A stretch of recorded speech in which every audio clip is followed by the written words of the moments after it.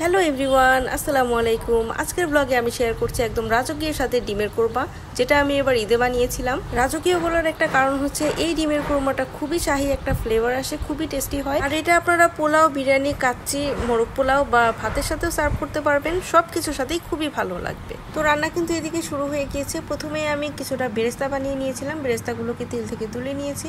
তো এটা তো আর দেখানোর দরকার নেই। তারপরে নিয়ে নিলাম 6টা ডিম। ডিমগুলোকে সিদ্ধ করে নাইফ দিয়ে চিড়ে নিয়েছি। তো এখন এটা বোঝা যাচ্ছে না, যখন এটা ফ্রাই করা হবে তখন বুঝতে পারবেন। এই ডিমগুলোকে খুবই হালকা করে ভেজে নিতে হবে, একদম 2 মিনিট বা 1 মিনিটের মতো। বেশি করে ভাজলে কিন্তু এটার উপরে লেয়ারটা শক্ত হয়ে যাবে আর ভিতরে কোনো স্পাইসেস ঢুকবে না। এদিকে কিন্তু অবশ্যই একটুখানি খেয়াল রাখতে হবে। ডিমগুলোকে তুলে নেওয়ার পর আমি সেই সেম তেলের মধ্যে দিয়ে দিলাম পেঁয়াজ কুচি। এই রান্নাটাতে পেঁয়াজ কুচি এবং পেঁয়াজ বাটা দুটোই ইউজ করা হবে। তো আমি পেঁয়াজ কুচিটা একটুখানি কমই দিলাম, এত বেশি দেওয়ার কোনো প্রয়োজন নেই।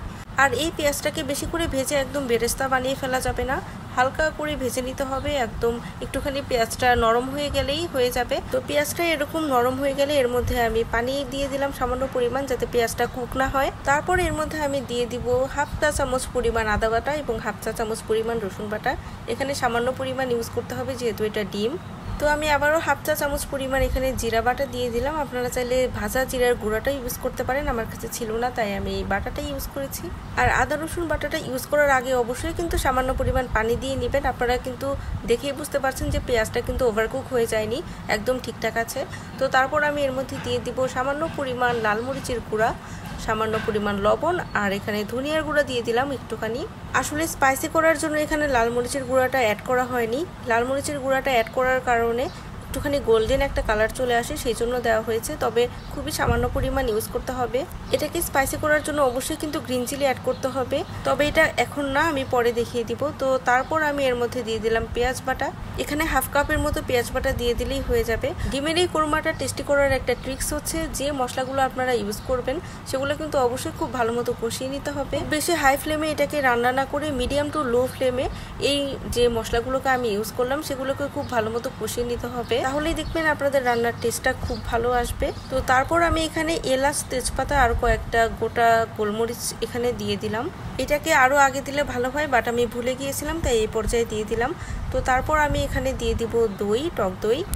এখানে হাফ কাপের মতো ইউজ করা হয়েছে। আর টক দইটা অ্যাড করার একটা টেকনিক হলো, এটা দেওয়ার সময় অবশ্যই চুলাটা বন্ধ করে তারপর দিবেন, না হলে কিন্তু অনেক সময় দেখা যায় যে দইগুলো ছানা কেটে যায়। তো আপনারা যদি চুলাটা একদম পুরোপুরি বন্ধ করে বা একদম লো ফ্লেমে করে আপনারা টক দইটা ইউজ করেন তাহলে কিন্তু এই প্রবলেমটা আর হবে না। এদিকে আমি কিছুটা কাঠবাদাম আর চীনাবাদাম নিয়ে নিলাম ব্লেন্ডার জারে, এটাকে পেস্ট করে নিব সামান্য পরিমাণ পানি দিয়ে। আর এদিকে আমরা যে মশলাটা কষিয়ে নিচ্ছিলাম সেটা কিন্তু একদম রেডি হয়ে গিয়েছে, একদম তেল ভেসে উঠেছে। তো এ পর্যায়ে আমি সেই পেস্ট করে নেওয়া বাদামটাকে দিয়ে দিলাম। এখন খুব ভালো মতো মিক্স করে নিয়ে এটাকেও আমি 4 থেকে 5 মিনিটের মতো কষিয়ে নিব। এই তো কষিয়ে নেওয়া হয়ে গেছে, একদম তেল ভেসে উঠেছে। এ পর্যায়ে আমি কয়েকটা কিশমিশ এখানে দিয়ে দিলাম। কিশমিশ দিলে এটা টেস্ট খুব ভালো আসে। তারপরেই কিছুক্ষণ আগে যে ডিমগুলোকে আমি ভেজে রেখেছিলাম সেগুলো এখানে অ্যাড করে দিলাম। তো ডিমগুলোকে দিয়ে দেওয়ার পরে আবারও এটাকে 4 থেকে 5 মিনিটের মতো কষিয়ে নিতে হবে। এই রান্নাটা করতে একটুখানি টাইম বেশি লাগে, কিন্তু ধীরে সুস্থে ধৈর্য নিয়ে যদি রান্নাটা করা যায় তাহলে এটার টেস্ট অসাধারণ হয়। তো তারপর এর মধ্যে দিয়ে দিলাম 1 কাপ পরিমাণ দুধ। এই ডিমের কোরমার ঝোলটা কিন্তু অবশ্যই দুধ দিয়ে দেওয়ার চেষ্টা করবেন, পানি দিয়ে দিলে কিন্তু টেস্ট একদমই ভালো আসে না।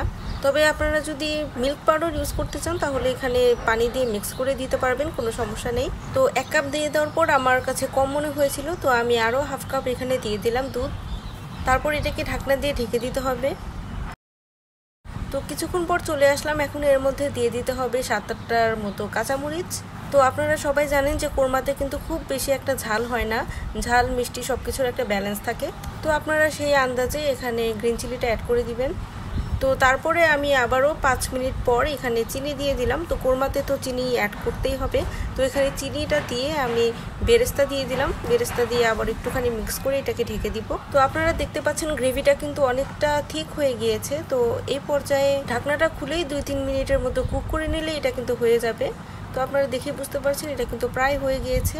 চুলা থেকে নামিয়ে নেওয়ার পর এটা যখন ঠান্ডা হবে তখন আরও কিছুটা গ্রেভি কিন্তু শুকিয়ে যাবে। তো এই পর্যায়ে নামিয়ে নিলেই সব থেকে বেটার হয়। আর এটা নামিয়ে নেওয়ার আগে কিন্তু অবশ্যই একটুখানি ঘি এখানে ইউজ করতে হবে, তাতে খুবই শাহি একটা ফ্লেভার আসবে। তো ভিডিওটা ভালো লাগলে অবশ্যই আমার ফেসবুক পেজটাকে একটা ফলো দিয়ে দিবেন, লাইক কমেন্ট শেয়ার করতে একদমই ভুলবেন না। আর আপনারা যারা ইউটিউব থেকে দেখছেন অবশ্যই চ্যানেলটাকে সাবস্ক্রাইব করে দিবেন। তো ডিমের কোরমাটা আমি একটা সার্ভিং ডিশে সার্ভ করে দিলাম আর উপর থেকে কিছুটা পরিমাণ পেঁয়াজ বেরেস্তা দিয়ে দিলাম। এটার স্মেল আর ভেলভেটি একটা টেক্সচার সত্যিই অসাধারণ। তো আজকের ব্লগটা আমি এখানেই শেষ করছি। আবার আমি চলে আসবো নতুন একটা ব্লগ নিয়ে। আজকের মতো বাই বাই সবাইকে।